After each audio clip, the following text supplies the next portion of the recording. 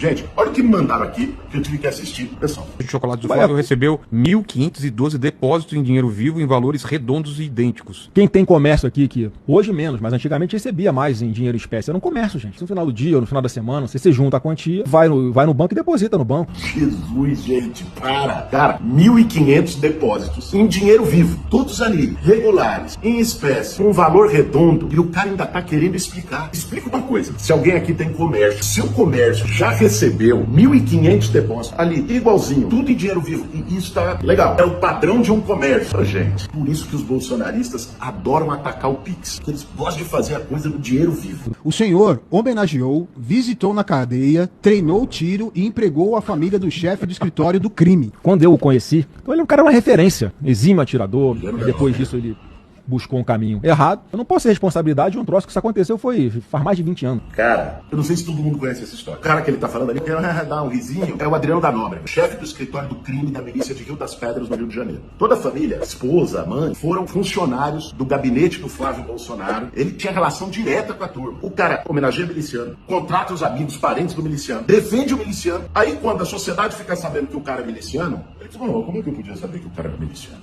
Gente, a vida do cara, o cara é conhecido por ter sido um dos grandes milicianos do Rio de Janeiro. O escritório do crime que ficava no centro das investigações em relação ao assassinato da Marielle Franco. A cara de pau não tem limite. Entulhando isso na cabeça das pessoas. Este cara que tá falando isso aí, quer ser presidente do Brasil, não esqueça disso. Aí seriam suas últimas palavras, Flávio, teu epitáfio. Se eu tivesse uma frase assim, foi um homem que devolveu a paz pro povo brasileiro. Jesus, isso aqui. Olha isso aqui, olha isso aqui, olha isso aqui e mais um monte que pode aparecer. Gente, a paz pro Flávio Bolsonaro significa tentativa de golpe, relação com milícia, rachadinha, corrupção. Imagina se essa gente estivesse prometendo a guerra.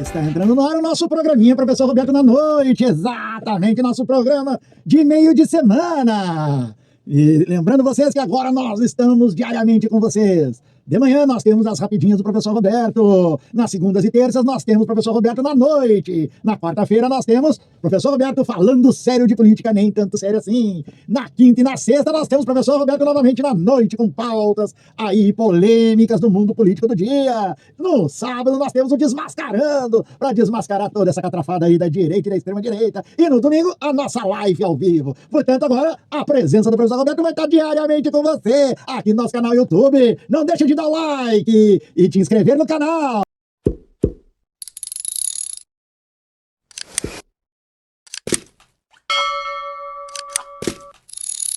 Afinal, quem é o grande responsável pela derrota do Jorge Messias na votação que vetou o seu nome no plenário do Senado Federal, ele que era indicado pelo presidente Lula para compor o STF? Eu diria o seguinte, todo grande evento histórico, né, importante, marcante, esse é um evento marcante. Ter o nome rejeitado era algo que não ocorria desde o século XIX, desde 1894, portanto 132 anos. Todo evento histórico reúne ali um conjunto de fatores que resultam naquilo que aparentemente era inacreditável. O caso do Messias é interessante porque ele congrega três responsáveis centrais, e a gente não pode de maneira nenhuma subestimar essas três forças que resultaram nisso aí que a gente viu agora há pouco. A primeira delas é a força do bolsonarismo. O bolsonarismo, para quem acreditava que estava morto, né, não está morto, e a gente vem alertando isso há muito tempo. A força da extrema-direita, dessa gente desajustada, que grita sem saber porquê, essa força continua muito latente. O segundo fator que contribuiu para isso é um fator que historicamente tem muito poder, é muito poderoso, que é o poder da traição. A traição, em qualquer aspecto da vida humana, tem muita força. E a gente já viu a traição aí interferir diretamente em resultados de guerra, de eleição, de um monte de coisa. Ele foi traído, isso é óbvio, até porque nunca o bolsonarismo conseguiria 42 votos contrários à sua nomeação. E o terceiro fator, esse é nominal, é o presidente do Senado Federal, Davi Alcolumbre, que, tomado por um ódio intestinal e indescritível, né, imensurável, depois da indicação do Jorge Messias, em detrimento do nome do Rodrigo Pacheco, que era o candidato dele, tomou para si a condição de que ia derrubar, de qualquer forma, o nome do então advogado-geral da União, indicado pelo presidente Lula. Gente, é o seguinte, houve traição e pessoas dispostas a trair têm tudo quanto é canto. Num contexto político que a gente está vivendo, essas pessoas aparecem com mais força, porque elas estão mais suscetíveis a agir com duas caras. Houve também a interferência do Alcolumbre, que tomou para si essa situação. Mas eu chamo a atenção para o bolsonarismo. Essa gente desajustada, desregrada, que faz isso com a nação, segue exercendo o poder. E se ampliar a sua presença no Congresso Nacional, no ano que vem, na Câmara e no Senado, a coisa vai realmente piorar. E eles vão conseguir instaurar no Brasil, oficialmente, um hospício a céu aberto. Existir esse mercado persa, né? Eu preciso aprovar o nome de um ministro para o Supremo, em vez de a análise se circunscrever ao currículo do ministro, as suas atividades na Advocacia Geral da União, a preparação da sua sabatina, quais são as indagações que precisam ser dirigidas ao ministro. Aí, nos subterrâneos do Senado, reativa-se o balcão, liberam-se emendas, nomes para agências reguladoras, nomes que deveriam ser técnicos, são nomeados segundo um viés político, mas é assim que o Congresso joga, é assim que o presidente do Senado e também do Congresso, Davi Alcolumbre, joga. Veja que o Davi Alcolumbre vinculou dois assuntos absolutamente desvinculados um do outro, mas ele tratou de amarrar. Ele colocou num dia a análise, votação do nome do Jorge Messias, da indicação do Jorge Messias. No outro dia, a análise dos vetos do Lula ao projeto da dosimetria, que é um eufemismo para apressar a abertura da cela do Bolsonaro, né? Ele vinculou esses dois temas porque ele tira vantagens dos dois grupos, do Palácio do Planalto, do governismo e também da oposição, da facção bolsonarista no Senado, tira vantagem dos dois grupos, porque ele precisa de nomeações para as agências. Não sai uma agência reguladora, nome para agência reguladora, não sai sem o aval do Davi Alcolumbre no Senado. Impressionante isso. E foi realmente o que aconteceu nessa quarta-feira passada, quando, né, houve o veto ao nome de Messias para o STF. Na realidade, o que está acontecendo já era dado já. Que Messias não ia conseguir passar num Congresso, num Senado, onde a maioria é da direita. Vamos ser bem claro. Gente, não adianta a gente perder ilusões em tentar conciliar com a direita. A direita, ela representa a burguesia. A direita, ela representa os interesses da burguesia. Portanto, nunca vai permitir que alguém da classe trabalhadora, alguém que defenda pautas, que seja, olha, pautas que eu digo assim, que não são nem pautas socializantes, são pautas, certo? Que estão ali, né, no nível de bem-estar social. Algo que Roosevelt, lá nos Estados Unidos, depois da crise, da quebra da Bolsa, né, no século passado, ele implementou para fazer com que a economia americana saísse da crise econômica que estava na década de 20. Para vocês terem uma ideia. Vocês acham que a burguesia brasileira, que tem a maioria no Congresso, mas são minorias na sociedade, eles vão permitir que, através do principal instrumento deles, que eles têm de coerção à sociedade, que é o STF, que é o Supremo Tribunal, que é a Justiça, tenha uma maioria de juízes, de ministros que defendam a pauta dos trabalhadores desse país, gente? É óbvio que não. É óbvio que não. E quem tem essa ilusão, ou não conhece o que é a luta de classe, ou simplesmente é um mal intencionado. É justamente isso. Alcolumbre, o Centrão, o PL sozinho não conseguiria fazer um veto. Teve a ajuda do PL e teve a ajuda do Centrão, o PL teve a ajuda do Centrão. Com a ajuda do presidente do Congresso, Alcolumbre, que teve voto até do PT para ser presidente. Para vocês terem uma ideia. Por quê? Porque, infelizmente, o Partido dos Trabalhadores, eles têm uma consciência de conciliação de classe. E não existe, eles estão aprendendo as duras penas que não existe conciliação de classe na sociedade escravagista patriarcal brasileira. Não existe conciliação dentro do campo de luta e de representatividade onde a burguesia é a maioria, sendo ela a minoria, que é justamente o Congresso, que é o dispositivo de controle social. É justamente isso, dentro de uma sociedade liberal, de uma democracia liberal. Enquanto a classe trabalhadora não despertar, que nós vivemos numa guerra de classe, numa luta de classe, onde a hegemonia total da sociedade são os trabalhadores, e a minoria dessa sociedade é a burguesia, e esses setores lacaios da burguesia, que são os traidores de classe, que são comprados, que são colocados lá justamente para fazer o trabalho sujo da burguesia. E enquanto a classe trabalhadora não tiver essa consciência, sempre será derrotada no campo da burguesia. Porque o nosso campo de luta é nas ruas. E agora com o instrumento tecnológico, através das mídias. É aqui que a gente ganha a sociedade, construindo a consciência de classe, para quando houver eleição, a gente ter as condições para a gente colocar uma maioria realmente representativa da sociedade.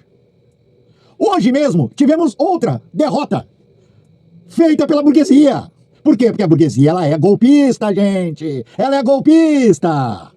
Se ela não está no poder ou não consegue manter no poder, o recurso dela é o golpe.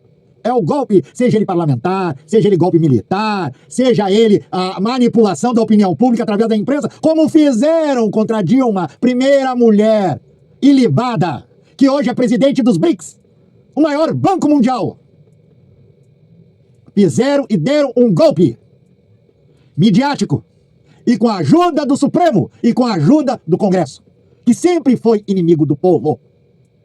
Esse Congresso que aí está é inimigo do povo, não nos representa. Não nos representa. Sabe por que não nos representa? Porque nós não estamos lá dentro. Porque quem está lá dentro é uma minoria, que representa uma maioria, fora que somos nós. E a coalizão de força é que lá dentro a direita é maioria, e na sociedade eles são uma minoria. É essa modulação de força que nós temos que mudar. E a gente só muda através da consciência de classe. Só muda através da visão que nós temos que ter de nação. Visão que nós temos que ter para mudar esse país. De um país feudal, de um país escravagista, de um país patriarcado, para uma sociedade mais justa, minimamente mais justa. Não adianta a gente ter o presidente Lula, com toda a boa intenção que ele tem, e nós não temos maioria no Congresso. Hoje caiu o veto. Que vai fazer o quê? Vai diminuir as penas, certo? Diminuir as penas. De todos, não é só dos golpistas, não é só do Bolsonaro, não é só daquele... É de todos. Violentadores, criminosos, assassinos, estupradores, violentadores de mulher, genocidas, homicidas, todos. Inclusive golpistas. Por que isso? Por que eles precisam disso? Porque a lei é um inibidor para que não haja golpes. E no momento que eles fragilizam essa lei, abre-se caminho para novo golpe. É justamente isso. Portanto, gente, temos que ter bem claro, esse Congresso que aí está tem que ser mudado. É um Congresso inimigo do povo, é cheio de ratos. E a forma de mudar isso aí é nós construirmos uma consciência de classe, no qual tenhamos um programa de classe com reivindicação da sociedade, discutida pelos trabalhadores e por todos os explorados. Não adianta conciliar com a burguesia. Ou nós temos um governo que governa apenas para o trabalhador e para a classe explorada, ou nós temos um governo que governa para a burguesia. Não existe meio termo. Não existe meio termo na sociedade brasileira. Não existe. Esqueçam. Não existe. Alguém sai perdendo. Alguém sai perdendo. Em 500 anos de descoberta do Brasil, quem sempre, historicamente, saiu perdendo foi os brasileiros, trabalhadores, operários, proletários, as mulheres trabalhadoras, que sempre saíram perdendo. Tiveram um pouco de respiro nos governos que são progressistas, mas eram minimamente comparado com a exploração e com o domínio que faz essa gente. Por isso que em 2026 nós temos uma tarefa hercúlea, que é mudar esse Congresso e eleger o Lula novamente. Porque, do contrário, nós nunca teremos condições de governar esse país. Porque no Congresso existe uma máfia, como a Alcolumbre. E eu vou voltar outra vez a abordar e desmascarar quem é o Alcolumbre e quem é esse Congresso. Então agora vamos de surra de Karl Marx. Existem inúmeras passagens ao longo da obra do velho em que ele vai se deter sobre isso, sobre como a produção de uma classe que divida a classe trabalhadora, então trabalhadores brancos e trabalhadores negros, trabalhadores ingleses e irlandeses, é uma ferramenta que a classe dominante usa para que a classe dominada não se una nas suas opressões. Primeira citação. A escravidão direta é um pivô da indústria burguesa, tanto quanto o maquinário, o crédito, etc. Sem a escravidão, você não tem algodão. Ora, eram pessoas escravizadas em sistema de plantation no sul dos Estados Unidos que produziam grosso de algodão que vai ser mandado para as indústrias de tecido na Europa. Continuando as palavras do velho. Sem algodão, você não tem a indústria moderna. É a escravidão que deu às colônias o seu valor. Lembra que na teoria marxista, o valor é produzido pelo trabalho? Ah, e achamos uma grande colônia. Mas são vocês que vão lá catar o ouro? São vocês que vão lá plantar o algodão? Não são. Aquela galera branca, bunda mole europeia, não trabalhava. Ela explorava alguém que trabalhava para ela. Produzia genocídio e escravização de povos indígenas, genocídio e escravização de populações africanas. Voltando pro velho Marx, são as colônias que criaram o comércio mundial, e é o comércio mundial que é pré-condição para a indústria de larga escala capitalista. Assim, a escravidão é uma categoria econômica da maior importância. Outra citação do velho Marx sobre isso. A descoberta de ouro e prata na América, a extirpação, escravização e sepultamento em minas da população aborígene, o início da conquista e do saque das Índias Orientais, a transformação da África em um viveiro para a caça comercial de peles negras, sinalizaram a rósea aurora da era da produção capitalista. Veja se você está me entendendo. Não há capitalismo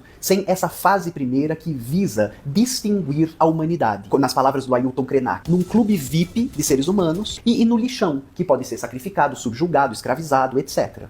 você acha que o Lula é um problema, então se prepare, porque o problema será se esse ganhar. O que o Flávio Bolsonaro e a equipe econômica dele tanto querem esconder. O brutal ataque aos trabalhadores que eles querem fazer, acabando com a política de valorização do salário mínimo. E não é só isso. Eles querem destruir os pisos constitucionais da saúde e da educação. Eles querem repetir o governo do pai dele, que tratou o trabalhador com total descaso. O trabalhador vai ter que decidir: menos direito em emprego ou todos os direitos de desemprego. Compartilha esse vídeo. A pessoa demora décadas para se aposentar. Aí vem um cara que nunca trabalhou na vida e acha que pode tirar o sustento de muitas famílias? Esse é o candidato que fará o povo comer carne de burro, assim como o Milei está fazendo com o povo argentino. De la Patagonia Argentina, que comenzó a vender